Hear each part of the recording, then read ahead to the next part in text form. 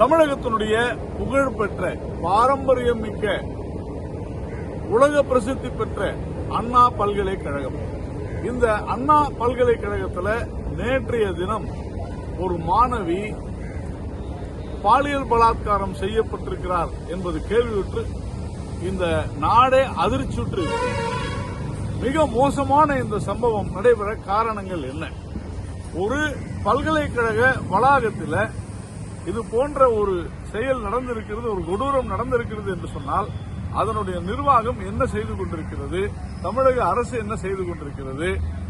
காவல்துறை தொடர்ந்து அண்ணா பல்கலைக்கழகத்தில் நாங்கள் ரோந்து சென்று கொண்டிருக்கிறோம் என்றெல்லாம் சொன்னார்கள். நம்முடைய உயர்கல்வித்துறை அமைச்சர் திரு கோவி செழியன் அவர்கள் இன்றைய தினம் அந்த சம்பவத்தை விட மிக மோசமான அதிர்ச்சியான ஒரு விஷயத்தை சொல்லியிருக்கிறார். இது ஒரு தனிப்பட்ட மாணவியினுடைய பிரச்சனை அப்படின்னு சொல்லியிருக்கிறார். தனிப்பட்ட மாணவி தாக்கப்பட்டிருக்கிறார். அது எப்படி தனிப்பட்ட மாணவியாகும்? தனிப்பட்ட அப்படின்ற வார்த்தையே மிக மோசமான வார்த்தை.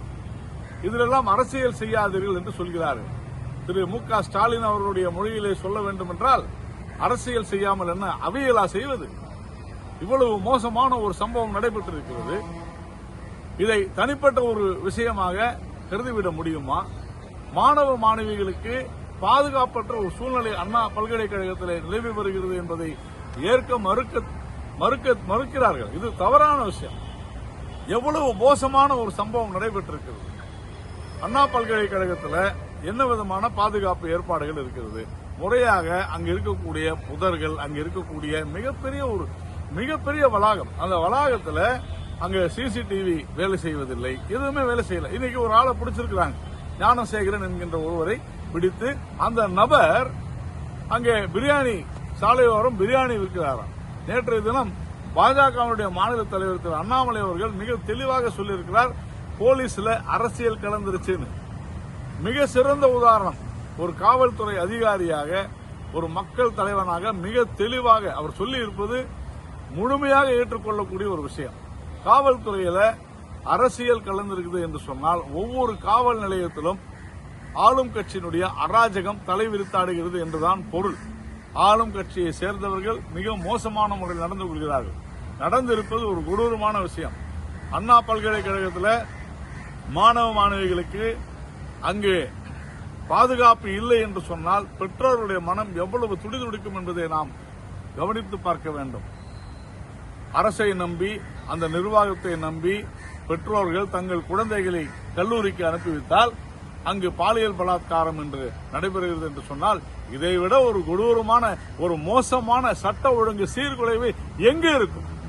தமிழகத்தில் கடந்த 3 வருடங்களாக சொல்லிக் கொண்டிருக்கிறோம், சட்டம் ஒழுங்கு சீரழித்துக் கொண்டிருக்கிறது என்று. இதற்கெல்லாம் காரணம் இந்த நிர்வாகம். இதற்கெல்லாம் முழு காரணம் திராவிட மாடல்.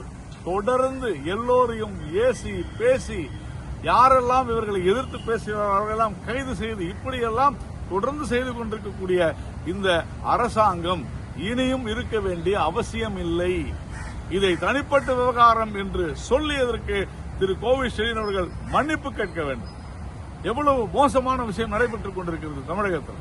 சட்ட ஒழுங்கு சீர்குலைவு, எங்கு பார்த்தாலும் அடி தடி வெட்டு குத்துனி, என்ன கொலை, என்ன இவ்வளவு ஒரு கேவலமான ஒரு சமுதாயமாக போய்க் கொண்டிருக்கிறது நம்முடைய தமிழகம். இதற்கெல்லாம் காரணம் மார்தட்டிக் கொண்டு திராவிட மாடல் என்று சொல்வதுதான். இந்த திராவிட மாடல் என்பதுதான் இந்த அத்தனை சீரழிவுக்கும் காரணம். முதலமைச்சர் தூங்கிக் கொண்டிருக்கிறார். இப்போதாவது எழுந்து கொள்ளுங்கள். உங்களுடைய ஆட்சி முடியப் போகிறது. மொத்தமாக திமுக ஆட்சி முடியப் போகிறது என்பதை ஞாபகத்தில் வைத்துக் கொள்ளுங்கள்.